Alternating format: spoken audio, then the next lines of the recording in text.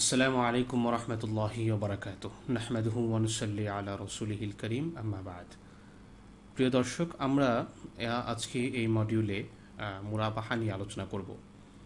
মুরাবাহা শব্দটির সঙ্গে নিশ্চয়ই আমরা পরিচিত, কমপক্ষে এতটুকু যে আমরা শব্দটি সম্পর্কে জেনেছি, শুনেছি। কারণ ইসলামিক ব্যাংকিংয়ের ক্ষেত্রে বা ইসলামী অর্থনীতি নিয়ে যখন আমরা আলোচনা করি, বর্তমান সময় মুরাবাহা নিয়ে কম বেশি আলোচনা হয়ে থাকে। কারণ পুরো বিশ্বেই ইসলামিক ফাইন্যান্সের যে মার্কেট আছে তার প্রায় 60% বিনিয়োগটাই মুরাবাহা মোডের মাধ্যমে হয়ে থাকে, 66%-এর বেশি। আমাদের দেশেও একই অবস্থা। যে কারণে মুরাবাহা নিয়ে আমাদের জানা উচিত, মুরাবাহা আসলে কি, কিভাবে কাজ করে, কিভাবে মুরাবাহা সুদ কিংবা রিবা থেকে ভিন্ন, ইত্যাদি ইত্যাদি। প্রথমে আসা যাক যে মুরাবাহা আসলে কি। মুরাবাহা আসলে হলো লাভে বিক্রয় করা, প্রফিটে বিক্রয় করা। আমরা এভাবে এটাকে ডিফাইন করতে পারি যে একটা নির্দিষ্ট প্রফিটে বিক্রয় করা। উদাহরণস্বরূপ, একজন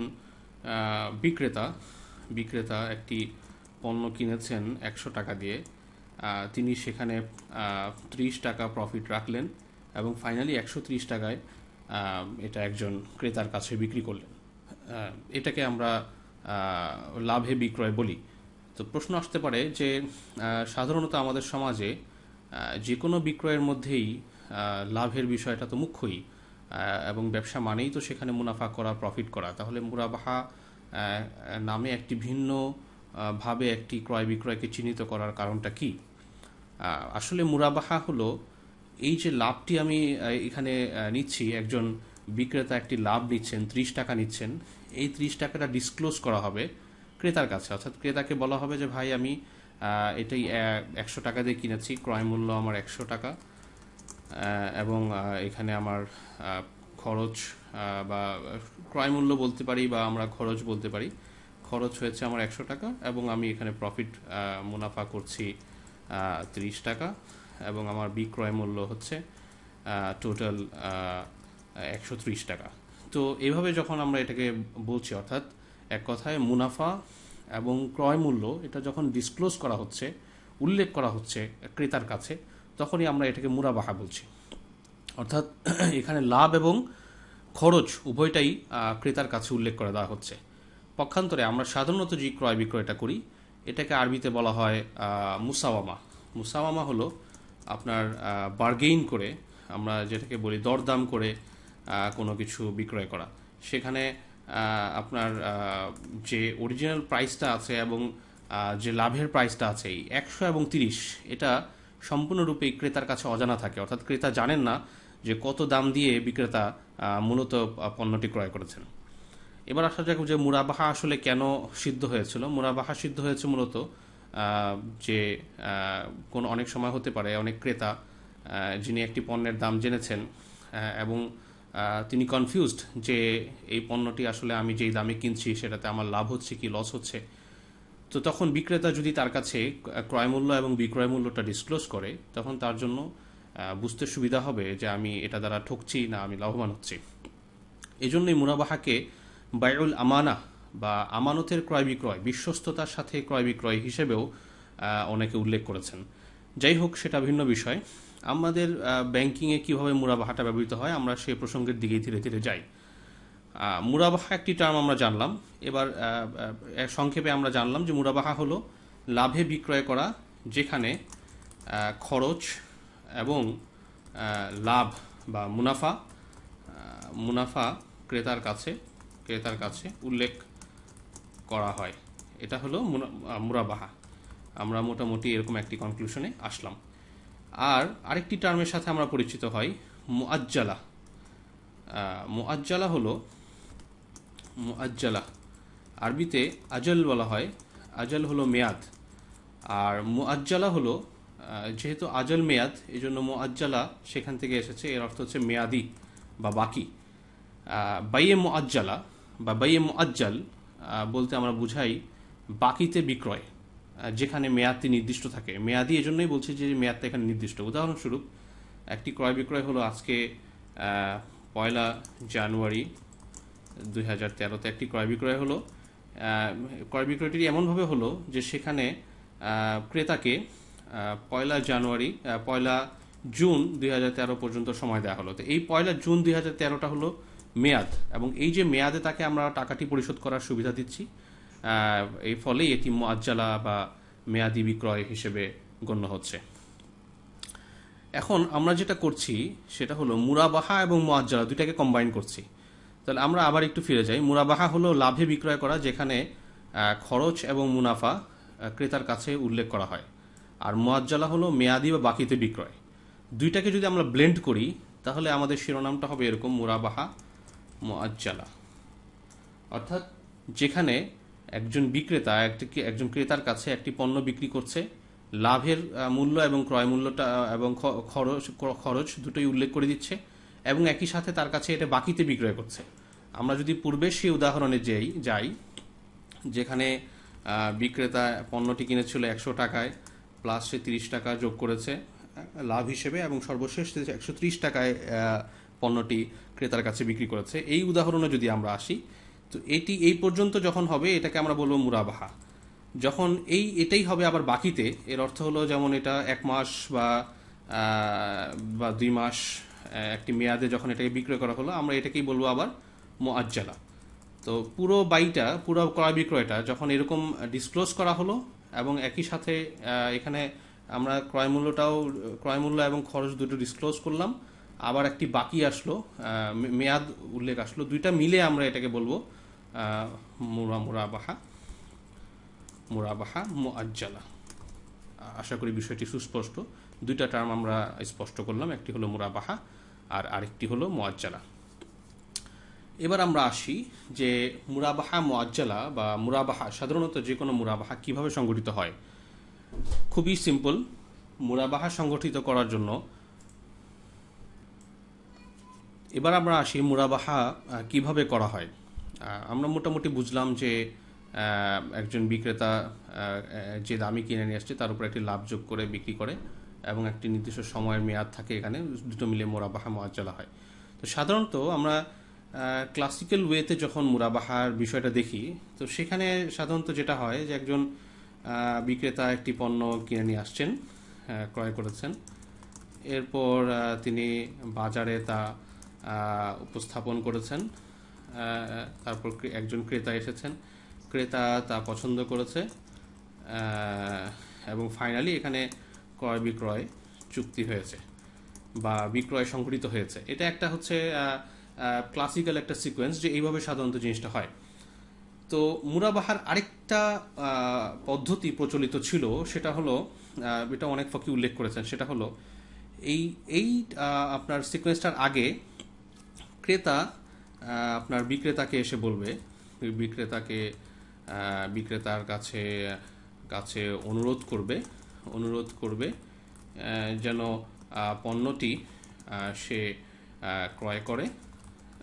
তারপর ক্রেতা তার কাছ থেকে পণ্যটি একটি লাভে ক্রয় করবে। এটা এটা এটা একটা প্রচলন ছিল। উদাহরণস্বরূপ আমরা এটা আরেকটু একটা কেস স্টাডি যদি দেই তাহলে আরেকটু স্পষ্ট হবে। এক ভাই, ধরুন রাশেদ, তার একটি ফ্রিজের প্রয়োজন। তো ফ্রিজের প্রয়োজন, ইমিডিয়েট প্রয়োজন। এখন তার ফ্রিজের জন্য 20,000 টাকা দরকার। তো সে কয়েক বন্ধুর কাছে গেল, খালেদের কাছে গেল, আমেরের কাছে গেল, তারপর আবু বকরের কাছে গেল, অনেকের কাছে গেল, কিন্তু কেউই তার এই কথাটিতে রেসপন্স করছে না, তাকে ঋণ দিচ্ছে না, অর্থাৎ বিনা লাভে তাকে যে ঋণ কর্জে হাসানা সেটা দিচ্ছে না। যে কোনো কারণে তাদেরও লিমিটেশন আছে, বা যে কোনো কারণে তারা উৎসাহী হচ্ছে না।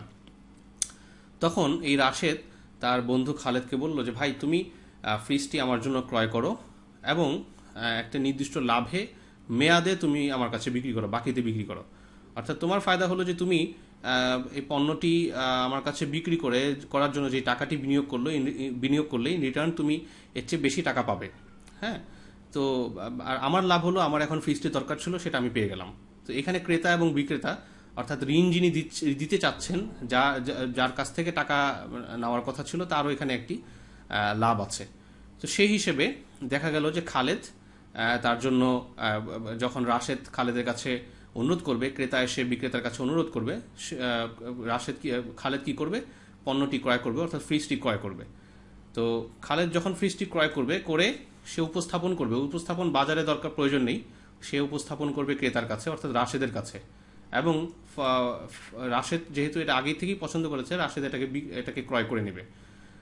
পূর্বে আমরা যে কথাগুলো বলেছিলাম যে এখানে ক্রয় মূল্য, বিক্রয় মূল্য, লাভ উল্লেখ থাকবে, সেটা এখানেও আসবে। অর্থাৎ খালেদ যখন রাশেদের কাছে বিক্রি করবে, খালেদ বলবে যে আমি এটি 20,000 টাকা দিয়ে ক্রয় করেছি, আমার খরচ পড়েছে 20,000 টাকা, এবং আমি এখানে আরও 5,000 টাকা লাভ যোগ করতে যাচ্ছি। তুমি 6 মাস মেয়াদে বা 1 বছর মেয়াদে বা 2 বছর মেয়াদে এই টাকাটি আমার কাছে পরিশোধ করবে। তাহলে আমরা দেখলাম যে মুরাবাহা মুআজ্জালা এটার একটা ক্লাসিক্যাল একটা একটা পদ্ধতি আমরা আগে জেনেছি, যে সাধারণভাবে একজন কিনে ক্রয় মূল্যটা এবং খরচ এবং মুনাফা ডিসক্লোজ যদি করে, এটাই মুরাবাহা হয়ে গেল। কিন্তু এটার আরেকটি প্র্যাকটিস ছিল, যে প্র্যাকটিসটার মাঝে একজন ব্যক্তি এসে আরেক ব্যক্তিকে বলতো যে ভাই তুমি পণ্যটি আমার জন্য কেনো, আমি তোমার কাছ থেকে কিনে নিয়ে দেবো। এবার আমরা আসি আমাদের যে ব্যাংকগুলো হয়, ইসলামিক ব্যাংকে যে প্র্যাকটিসগুলো ইসলামিক ব্যাংকগুলোতে, সেখানে আসলে এই প্র্যাকটিসটাই হয়। অর্থাৎ আমরা এক ব্যক্তির কেস স্টাডিতে যাই, তার একটি ফ্রিজ দরকার, ফ্রিজটির দাম হলো 20,000 টাকা, 20,000 টাকা। এখন তিনি যদি কোনো সুদী ব্যাংকের কাছে যান, সুদী ব্যাংক যদি হয়, সুদী ব্যাংকগুলোর কাছে যখন সে গেল, সুদী ব্যাংক তার কাছে জিজ্ঞাসা করলো কত টাকা লাগবে, সে বললো যে আমার 20,000 টাকা প্রয়োজন। তো কত দিনে সে পরিশোধ করবে, এত দিনে পরিশোধ করবে। তো সুদী ব্যাংক তাকে ওই 20,000 টাকা তাকে লোন দিবে একটি নির্দিষ্ট সুদে, ফর এক্সাম্পল 10%, 12%, 15%, যার যেখানে যে প্র্যাকটিস। তো যখন সে ইসলামিক ব্যাংকে আসবে, ইসলামিক ব্যাংকে যখন আসবে একটি ইসলামিক ব্যাংকে, তখন ইসলামিক ব্যাংক তার সাথে মুরাবাহা মুআজ্জালা করবে। কিভাবে? যেই ব্যক্তি যখন বলবে যে আমি 20,000 টাকা চাই, ইসলামিক ব্যাংক তাকে জিজ্ঞাসা করবে কেন কেন চাচ্ছেন আপনি, বা আপনার পারপাসটা কি। সে বলবে যে আমি ফ্রিজ কিনতে চাচ্ছি, ফ্রিজ কেনার জন্য। তখন ব্যাংক তাকে বলবে যে ওকে ফাইন, আমরা আপনার সাথে মুরাবাহা করব।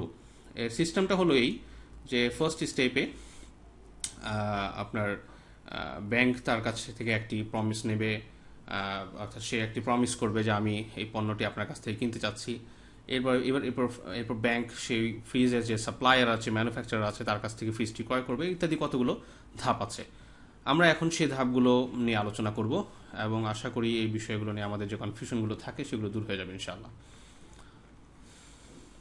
জি, লক্ষ্য করুন আমরা এখানে মোট 5টি ধাপ উল্লেখ করার চেষ্টা করেছি। মোট 5টি ধাপ। 1 নম্বর ধাপ হচ্ছে যেখানে গ্রাহক আসছেন, এসে এখানে আমরা একটি গাড়ি দিয়ে উদাহরণটা তৈরি করেছি। ধরুন একজন গ্রাহক, তার একটি গাড়ি প্রয়োজন, যে গাড়িটির দাম বাজারে 3 লক্ষ টাকা। তো তিনি একটি ইসলামিক ব্যাংকে গেলেন, এবং 1 নম্বর ধাপে ব্যাংকের কাছে তিনি একটি আবেদন করলেন যে ব্যাংক, আপনি আমার জন্য এই গাড়িটি ক্রয় করুন, এবং আপনার কাছ থেকে আমি এই গাড়িটি ক্রয় করে নেব। তো এখানে 1 নম্বর ধাপে সে ব্যাংকের কাছে একটি আবেদন করলো, এবং একই সাথে একটি প্রমিস বা একটি শপথ সে সাবমিট করলো যে ব্যাংক যদি এই পণ্যটি ক্রয় করে, তাহলে আমি ব্যাংকের কাছ থেকে এটি ক্রয় করে নেব। 2 নম্বর ধাপে ব্যাংক সেই সাপ্লায়ার, অর্থাৎ যার কাছে সেই গাড়িটি আছে, তার কাছে ব্যাংক অ্যাপ্রোচ করলো, এবং তাদের মাঝে কোটেশন আদান প্রদান হলো। আপনার যেখানে সাপ্লায়ার বলেছে কোন মডেলের গাড়ি, চেসিস নাম্বার কি, মেড ইন কোন সনে এটা বানানো হয়েছে, ইত্যাদি ইত্যাদি সব কিছু স্পেসিফিকেশন যখন বর্ণনা করা হলো, এবং এখানে মূল্য উল্লেখ করা হলো, মূল্য হলো 3 লক্ষ টাকা। ব্যাংক সাপ্লায়ারের কাছে বাই অন স্পট এই টাকাটা পরিশোধ করে দিল নগদে। 3 নম্বর স্টেপে সাপ্লায়ার এই গাড়িটির টাকাটা যখন সে বুঝে পেয়েছে, সেটাকে সে ছাড় করে দিল ব্যাংকের প্রতিনিধির কাছে, অথবা সরাসরি ব্যাংকের কাছে, ব্যাংক বা ব্যাংকের প্রতিনিধি কারো কাছে এই গাড়িটিকে সে ছাড় করে দিল। তাহলে এটা ব্যাংকের রিস্কে চলে আসলো, ব্যাংকের অধিগ্রহণে চলে আসলো। একটি পণ্য আমরা যখন কিনি, মূল্য পরিশোধ করার সাথে সাথে এটা সাধারণত আমাদের কাছে পৌঁছে দেওয়া হয়, এবং এরপর থেকে এই পণ্যটি আমাদের রিস্কে চলে আসে। রিস্কে চলে আসা অর্থ হলো এই গাড়িটি এখন ব্যাংকের কাছে থাকা অবস্থায় যদি নষ্ট হয়ে যায় কোনো কারণে, তাহলে এটা ব্যাংকের সম্পদ হিসেবেই নষ্ট হবে, এবং এই গ্রাহকের এখানে কোনো দায় থাকবে না। এনিওয়ে, এরপর ব্যাংকের কাছে যখন ব্যাংকের রিস্কে যখন গাড়িটি চলে আসলো, এর পরের ধাপে ব্যাংক গ্রাহকের সাথে একটি চুক্তি করবে, ক্রয় বিক্রয় চুক্তি। সেটা সম্পূর্ণ ভিন্ন চুক্তি হবে, এই চুক্তি থেকে এই চুক্তি ভিন্ন। এটা একটি সাধারণ ক্রয় বিক্রয়, যেখানে দরদামের মাধ্যমে এই দামে সাপ্লায়ারের সাথে ব্যাংকের চুক্তি হয়েছে।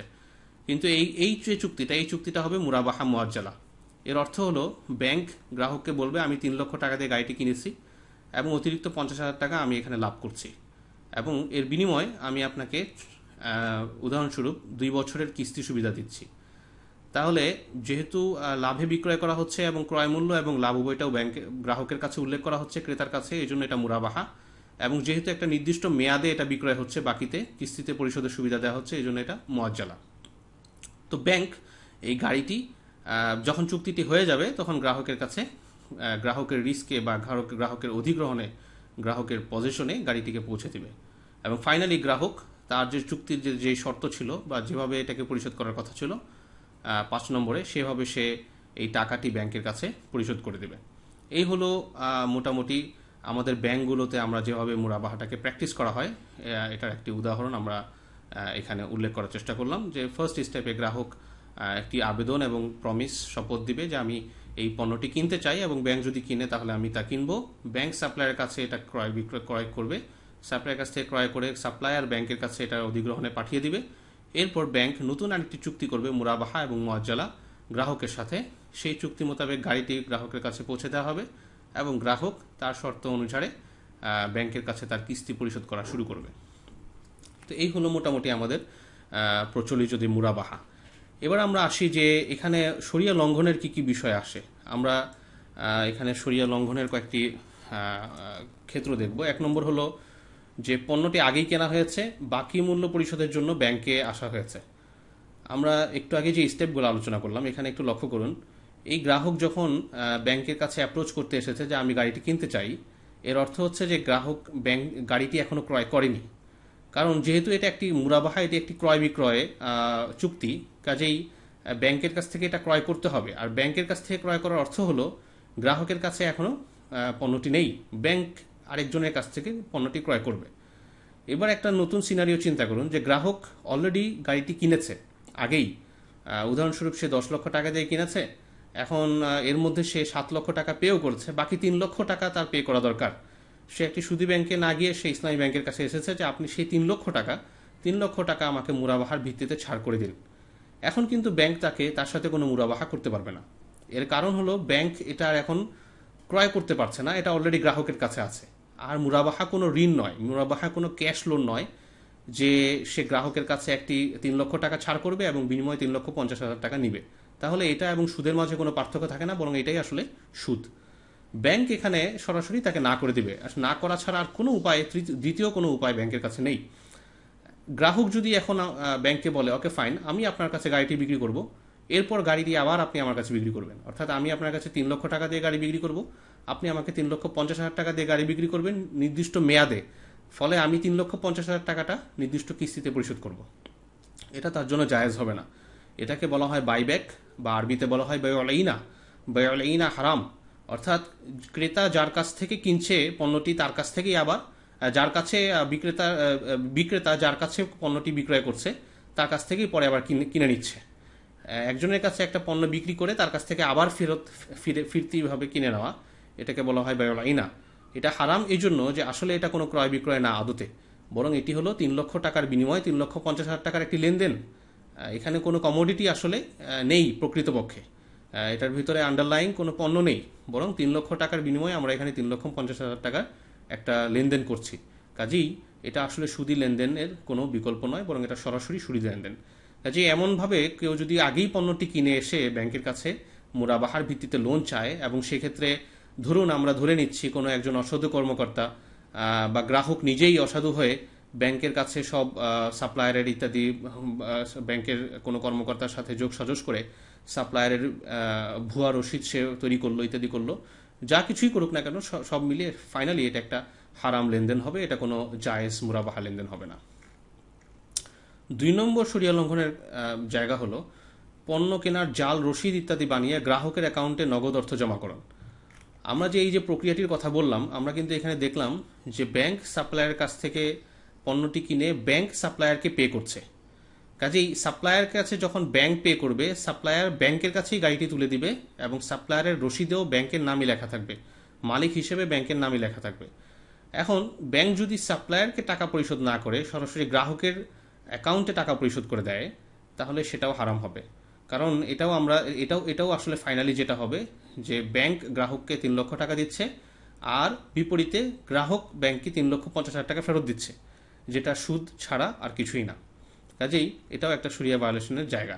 অনুরূপভাবে এই জায়গায় যদি কেউ অসাধুতার আশ্রয় নেয়, অর্থাৎ ব্যাংক অথবা সাপ্লায়ার এখানে ভুয়া রসিদ তৈরি করে, যেখানে আসলে কোনো গাড়ি কেনা হয়নি, বরং সাপ্লায়ার একটি ভুয়া রসিদ বানিয়ে দিয়েছে, এবং আসলে ব্যাংক এখানে সাপ্লায়ারকে কোনো 3 লক্ষ টাকাও পে করেনি, বরং শুধু শুধু সে কিছু রসিদের কাগজের কাজ করে সরাসরি গ্রাহকের অ্যাকাউন্টে 3 লক্ষ টাকা দিয়ে দিয়েছে, এই সবগুলোই হারাম হবে, সুদ হবে।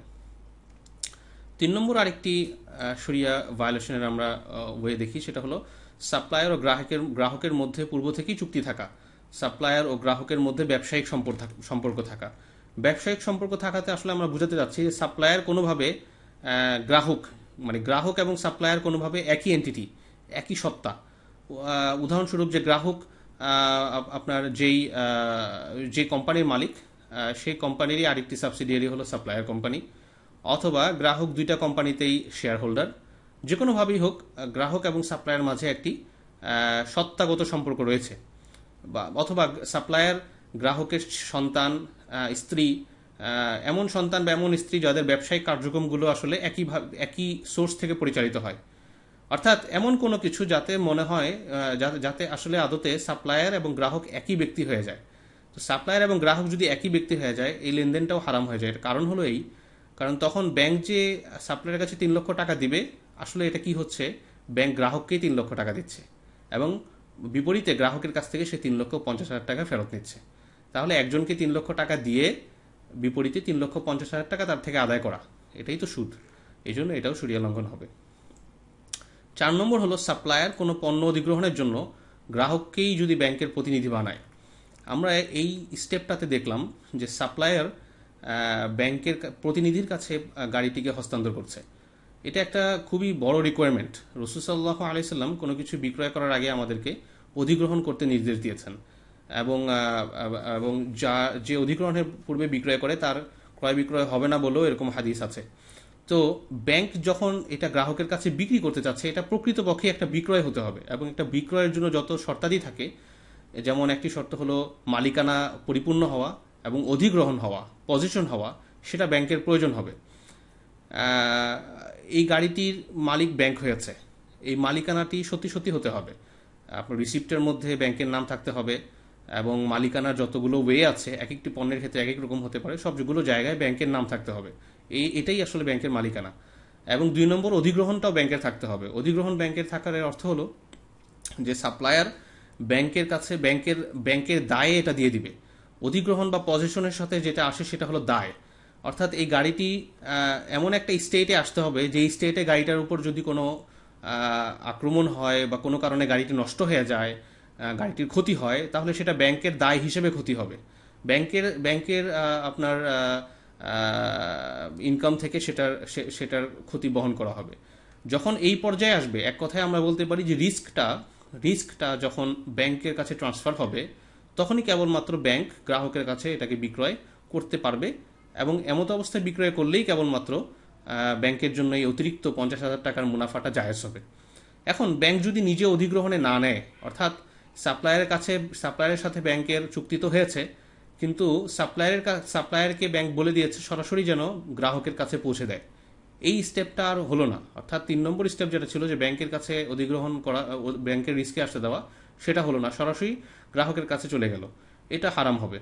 অন্যভাবে, কারণ এটা কেন হারাম হবে, কারণ এটা যেহেতু অধিগ্রহণ এখনো হয়নি, অধিগ্রহণের আগেই ব্যাংক বিক্রি করছে, কাজেই বিক্রয়টা হবে না। আর বিক্রয় যেহেতু হচ্ছে না, কাজেই এখানে যে মুরাবাহা আমরা যা বললাম, এগুলোই আসলে ভ্যালিড থাকছে না। অথবা ব্যাংক আরেকটা কাজ করলো, কি করলো, এখানে ব্যাংকের প্রতিনিধি আলাদাভাবে নিয়োগ না দিয়ে ব্যাংক গ্রাহককেই তার প্রতিনিধি বানিয়ে দিল। ব্যাংক যদি গ্রাহককেই তার প্রতিনিধি বানিয়ে দেয়, তাহলে আসলে কি ঘটছে দেখুন। সাপ্লায়ারের কাছ থেকে সরাসরি গ্রাহক নিজেই সাপ্লায়ারের কাছ থেকে গাড়িটি নিচ্ছে। তো গ্রাহক ব্যাংকের পক্ষ থেকে রিস্কে নিচ্ছে, আবার নিজের কাছেই সে রিস্কটাকে ট্রান্সফার করছে। এটা আসলে মানে শরিয়া এখানে চরমভাবে লঙ্ঘিত হয়, এবং এই জন্যই এওফির যে শরিয়া স্ট্যান্ডার্ডস আছে সেখানে মুরাবাহার স্ট্যান্ডার্ডের মধ্যে এই কথাটি উল্লেখ করা হয়েছে যে ব্যাংক চেষ্টা করবে নিজেই সরাসরি গাড়িটি অধিগ্রহণ করতে, কমপক্ষে নিজে তৃতীয় কোনো পক্ষকে এজেন্ট হিসেবে নিয়োগ করতে পারে, কিন্তু গ্রাহককে নয়। কারণ গ্রাহককে যখন এজেন্ট বানাচ্ছে তখন আসলে বাস্তবিক অর্থে ব্যাংকের রিস্কে এটা ট্রান্সফার হচ্ছে না, গ্রাহক সাপ্লায়ার কাছ থেকে নিয়ে নিয়ে নিচ্ছে ব্যাংকের রিস্ক হিসেবে, এরপরই তাৎক্ষণিকভাবে সে নিজের রিস্কে নিয়ে যাচ্ছে। কাজেই ব্যাংকের রিস্কে কিন্তু আর গাড়িটি যাচ্ছে না। ব্যাংকের রিস্কে যখন যাচ্ছে না তখন ব্যাংকের অধিগ্রহণে যাচ্ছে না, ব্যাংকের অধিগ্রহণে যখন যাচ্ছে না তখন এই এই যে চুক্তিটা 4 নম্বর চুক্তিটা এটা কিন্তু ভ্যালিড হচ্ছে না। এই জন্যই কিন্তু আমরা দেখি যে আমাদের দেশে প্র্যাকটিসে গ্রাহককেই কিন্তু সরাসরি এজেন্ট বানানো হয়, অধিকাংশ ক্ষেত্রে আমরা এই বিষয়টা দেখি। এটা আমাদের একটু এখানে নজর দেওয়া উচিত। গ্রাহককে যদি এজেন্ট বানানো হয় তাহলে শরিয়া বহুভাবে লঙ্ঘন হয়। কমপক্ষে এওফির স্ট্যান্ডার্ডে যেটা বলা হয়েছে যে গ্রাহককে ব্যাংকের এজেন্ট বানানো যাবে না, তবে একেবারে যদি নিড হয় যেখানে আর কাউকে এজেন্ট হিসেবে পাওয়া যাচ্ছে না তখন গ্রাহককে এজেন্ট বানানো যেতে পারে। তবে শর্ত হলো গ্রাহক সাপ্লায়ারের কাছ থেকে অধিগ্রহণটা বুঝে নিবে ব্যাংকের পক্ষ হতে, বুঝে নিয়ে ব্যাংকের কাছে সেটা ব্যাংকের অধিগ্রহণে প্রকৃতপক্ষে এটা রাখবে। অর্থাৎ এমন একটা একটা অবস্থানে পণ্যটি আসবে যে অবস্থায় মূলত এটা নষ্ট হলে গ্রাহকের উপর কোনো দায় আসবে না, বরং দায়টা আসবে ব্যাংকের উপর। এই অবস্থা তৈরি হওয়ার পরে গ্রাহক নিজের অধিগ্রহণে এটাকে নিয়ে নিবে। যদি এমনটি মানা হয় তাহলে ব্যাংক গ্রাহককে সীমিত ক্ষেত্রে এজেন্ট বানাতে পারে, প্রতিনিধি বানাতে পারে এই অধিগ্রহণটির জন্য, কিন্তু আসলে প্র্যাকটিসে এটা হয় না। এই জন্য আমরা সরাসরি বলি এই কথা যে ব্যাংক গ্রাহককে এজেন্ট বানাতে পারবে না, বরং ব্যাংকের উচিত হবে তৃতীয় কাউকে অথবা সরাসরি ব্যাংকের নিজস্ব কোনো এমপ্লয়ি প্রতিনিধি হিসেবে এই পণ্যটিকে অধিগ্রহণ করা। আচ্ছা, তো আরেকটি 5 নম্বরে আমরা যেটাকে আসলে লিস্ট করেছি, ব্যাংকের অধিগ্রহণ থেকে গ্রাহকের অধিগ্রহণে রূপান্তর করার মাঝে সময় না দেয়া, ব্যাংক কর্তৃক নামমাত্র অধিগ্রহণ করা। এই বিষয়টা আসলে অলরেডি আমরা এক্সপ্লেইন করলাম যে এত দ্রুততার সাথে ব্যাংকের অধিগ্রহণ থেকে আপনার গ্রাহকের অধিগ্রহণে গেল যে মাঝখানে কোনো টাইমই থাকলো না। তো এইটা আসলে নামমাত্র অধিগ্রহণ হলো, বাস্তবে এটা কোনো অধিগ্রহণ হয়নি। এবং সর্বশেষ শরিয়া ভায়োলেশনের একটা জায়গা সেটা হলো কিস্তি বিলম্বে মূল্য বাড়ানোর শর্ত দেয়া। অর্থাৎ এই যে আমরা পঞ্চম স্টেপে দেখছি যে গ্রাহক ব্যাংকে পিরিয়ডিক্যালি অর্থাৎ টাইম টু টাইম সে কিস্তি পরিশোধ করে যাচ্ছে, 3,50,000 টাকা সে মাসে মাসে পরিশোধ করে যাচ্ছে। তো এটা নিশ্চয়ই একটা সিস্টেম থাকবে যে প্রতি মাসে 7 তারিখের মধ্যে পরিশোধ করতে হবে ইত্যাদি ইত্যাদি। তো সাধারণত সুদী ব্যাংকগুলোতে কেউ যদি কোনো একটি কিস্তি দিতে বিলম্ব করে তাহলে অটোমেটিক্যালি এখানে ইন্টারেস্ট এখানে চলে আসে। কিন্তু মুরাবাহা যেহেতু এটা একটা ক্রয় বিক্রয়, এটা কোনো ঋণ না, আর এখানে প্রাইসটা ফিক্সড, প্রাইস যখন ফিক্সড হয়ে গিয়েছে সময়ের বিপরীতে এটাকে অটোমেটিক্যালি বাড়ানোর কোনো শর্ত যদি দেওয়া হয় তাহলে এটা সুদ হয়ে যাবে। এখানে যেটা করা যেতে পারে সেটা হলো আপনার এমন কোনো ব্যাংক এরকম গ্রাহকের সাথে চুক্তিতে এরকম বলতে পারে যে গ্রাহক যদি এই একটি কিস্তি 7 তারিখের মধ্যে না দেয় তাহলে তাকে একটি নোটিশ ইস্যু করা হবে, এরপর দ্বিতীয় নোটিশ ইস্যু করা হবে। দুটি নোটিশের পরে গ্রাহকের নির্দিষ্ট সময় যদি চলে যায় এরপরও গ্রাহক কোনো রেসপন্স না করে তাহলে তাকে যে কিস্তির সুবিধা দেওয়া হয়েছিল এই কিস্তির সুবিধাটা বাতিল হয়ে যাবে। এর অর্থ হলো গ্রাহকের বাকি যতগুলো কিস্তি আছে সেগুলো একবারে পরিশোধ করতে হবে ব্যাংককে, আর যদি সে পরিশোধ করতে ব্যর্থ হয় তাহলে ব্যাংক তার বিরুদ্ধে আইনি ব্যবস্থা গ্রহণ করতে পারবে। এটা হচ্ছে সবচেয়ে সুন্দর সিস্টেম। আর আরেকটা সিস্টেম আমাদের ওলামায়ে কেরামের কেউ কেউ বলেছেন, এবং এটাও কোথাও আমাদের দেশে এটাই মূলত প্র্যাকটিসে আছে, সেটা হলো যে ব্যাংক গ্রাহকের সাথে যে চুক্তি করবে সেই চুক্তির মাঝে একটা চ্যারিটি ক্লজ রাখতে পারে। চ্যারিটি বলতে আমরা বুঝতে পারি যে অনুদান, দান, সদকা এই টাইপের। অর্থাৎ ক্লজটা হলো এরকম, শর্তটা এমন যে গ্রাহক যদি কোনো একটি কিস্তি বিলম্বে পরিশোধ করে তাহলে সুদী ব্যাংকগুলোতে সাধারণত যেই পরিমাণ আপনার সুদ আসে অনেকটা সেই রকমই, সেই একটা নির্দিষ্ট অঙ্কের টাকা অথবা একটা নির্দিষ্ট পার্সেন্টেজ, একটা শতকরা নির্দিষ্ট হার সে ব্যাংকের যে চ্যারিটি ফান্ড আছে, অনুদান ফান্ড আছে বা ফাউন্ডেশন আছে সেখানে সে জমা করে দিবে। এটা সুদ হচ্ছে না এই জন্য যে ব্যাংকের ইনকামে এটা যোগ হচ্ছে না, এটা সরাসরি ফাউন্ডেশনের ইনকামে চলে যাচ্ছে। এবং আরেকটি বিষয়ে সাধিত হচ্ছে যে আমরা সাধারণত দেখি গ্রাহকের উপর যদি কোনো আর্থিক জরিমানা না আরোপ করা হয় তাহলে গ্রাহক সময় মতো পরিশোধ করতে চায় না, এটা ব্যাংকগুলোর জন্য একটি বড় সমস্যা হয়ে দাঁড়ায়। এই জন্য এখানে তার উপর একটি আর্থিক একটা লায়াবিলিটিও তার উপর আসলো, আবার ব্যাংকের ইনকামেও সেটা যোগ হলো না, এরকম মাঝামাঝি একটি জায়গা। কিন্তু আসলে এটা বেস্ট প্র্যাকটিস না, বেস্ট প্র্যাকটিস হলো যেটা আমরা একটু আগে আলোচনা করেছি, এবং এওফির গাইডলাইনেও সেটাকেই এনকারেজ করা হয়েছে, কাজে আমরা সেটাই যেন করা হয় চেষ্টা করব। তাহলে মোটামুটি শরিয়া কোন কোন জায়গায় লঙ্ঘন হয় মুরাবাহার মধ্যে, এগুলো নিয়ে আমরা আলোচনা করলাম, এবং আমরা আশা করি এই আলোচনার মাধ্যমে অলরেডি স্পষ্ট হয়ে গিয়েছে যে সুদি লোন এবং মুরাবাহার মাঝে পার্থক্য কি। মুরাবাহা আসলে একটি ক্রয় বিক্রয়, কাজেই এখানে কোনো পার্সোনাল ফাইন্যান্সিং এর জন্য কিন্তু মুরাবাহা করা যাবে না, বা এমন কোনো সার্ভিস যে সার্ভিসটা কোনো প্যাকেজ না, হ্যাঁ, আপনার একটি নিছক একটি সেবা, এটার জন্য কিন্তু আমরা মুরাবাহা করতে পারবো না। মুরাবাহা শুধুমাত্র ওই জায়গাগুলোতেই করা যাবে যে জায়গাগুলোতে একটা কমোডিটি আছে, একটি পণ্য আছে। এটা হতে পারে আমার কোনো প্রজেক্ট ফাইন্যান্সিং হতে পারে, অথবা আমার আমার আমার ব্যবসার কোনো স্টক কেনার ক্ষেত্রে হতে পারে, অথবা আপনার ইম্পোর্টের ক্ষেত্রে হতে পারে, এক্সপোর্টের ক্ষেত্রে হতে পারে, হ্যাঁ, আরও বিভিন্ন ক্ষেত্রে হতে পারে, কার ফাইন্যান্সিং এর ক্ষেত্রে হতে পারে, হোম ফাইন্যান্সিং এর ক্ষেত্রে, হাউস ফাইন্যান্সিং যেটাকে আমরা বলি, অথবা আপনার আরও বিভিন্ন রকম ফাইন্যান্সিং এর ক্ষেত্রে হতে পারে। আমরা এখানে ফ্রিজের উদাহরণ দিয়েছি, গাড়ির উদাহরণ দিয়েছি, সেগুলোর ক্ষেত্রেও হতে পারে। মোট কথা যেই জায়গায় পণ্য আছে, অর্থাৎ গ্রাহক কিন্তু সাধারণত সুদী ব্যাংকগুলোতে লোনের জন্য যায়, কখনো নিছক তার ক্যাশ লোন প্রয়োজন, আর কখনো তার একটি পণ্য কেনার প্রয়োজন। সাধারণত পণ্য কেনার জন্যই তার বেশি যেতে হয়। তো যদি পণ্য কিনতে যেতে হয়, তাহলে সেই ইসলামিক ব্যাংকের কাছে মুরাবাহা নামে একটি বিকল্প পেতে পারে, এবং এটি হালাল। আল্লাহ সুবহানাহু ওয়া তাআলা আল কুরআনুল কারীমে বলেছেন ওয়াহালাল্লাহুল বাইআ ওয়া হারামার রিবা। আল্লাহ সুবহানাহু ওয়া তাআলা রিবাকে বাইকে হালাল করেছেন, ক্রয় বিক্রয়কে হালাল করেছেন, এবং রিবা বা সুদকে হারাম করেছেন। তো মুরাবাহা একটি ক্রয় বিক্রয়, কাজে এটাতে কোনো সমস্যা নেই, যদি না শরিয়া ভায়োলেশনের যে কয়েকটি পয়েন্ট আমরা উল্লেখ করলাম, এবং আরও কিছু পয়েন্ট আছে, আমরা সামনে আরও স্টাডি যদি করি তাহলে সেগুলো ইনশাল্লাহ জানতে পারবো। এই পয়েন্টগুলোর দিকে যদি আমরা লক্ষ্য রাখি, তাহলে মুরাবাহাটি শরিয়া সম্মত হবে বলে আমরা আশা করতে পারি। আশা করি আমাদের এই পুরো আলোচনাটায় মুরাবাহা নিয়ে আমাদের বিষয়গুলো সুস্পষ্ট হয়ে গিয়েছে। মুরাবাহাকে নানা ক্ষেত্রে ব্যবহার করা হয়। ব্যাংক থেকে যখন কেউ বিভিন্ন পণ্যের জন্য ফাইন্যান্সিং আনতে চায়, তখন তার সাথে মুরাবাহা করা হয়। অনেক সময় ইম্পোর্ট এক্সপোর্টের জন্য মুরাবাহা করা হয়। আরও বিভিন্ন জায়গায় সুকুকের ক্ষেত্রেও এখন কোথাও কোথাও মুরাবাহা ব্যবহার করা হয়, যদিও সেক্ষেত্রে কিছু সমস্যা আছে। সেগুলো আশা করি আমরা পরবর্তীতে অন্য কোনো মডিউলে আবার যদি মুরাবাহার আলোচনা আসে, ইনশাল্লাহ সেখানে আমরা কভার করার চেষ্টা করব। দোয়া আছে, আজকে এখানেই শেষ করছি। আসসালামু আলাইকুম ওয়া রাহমাতুল্লাহি ওয়া বারাকাতুহু।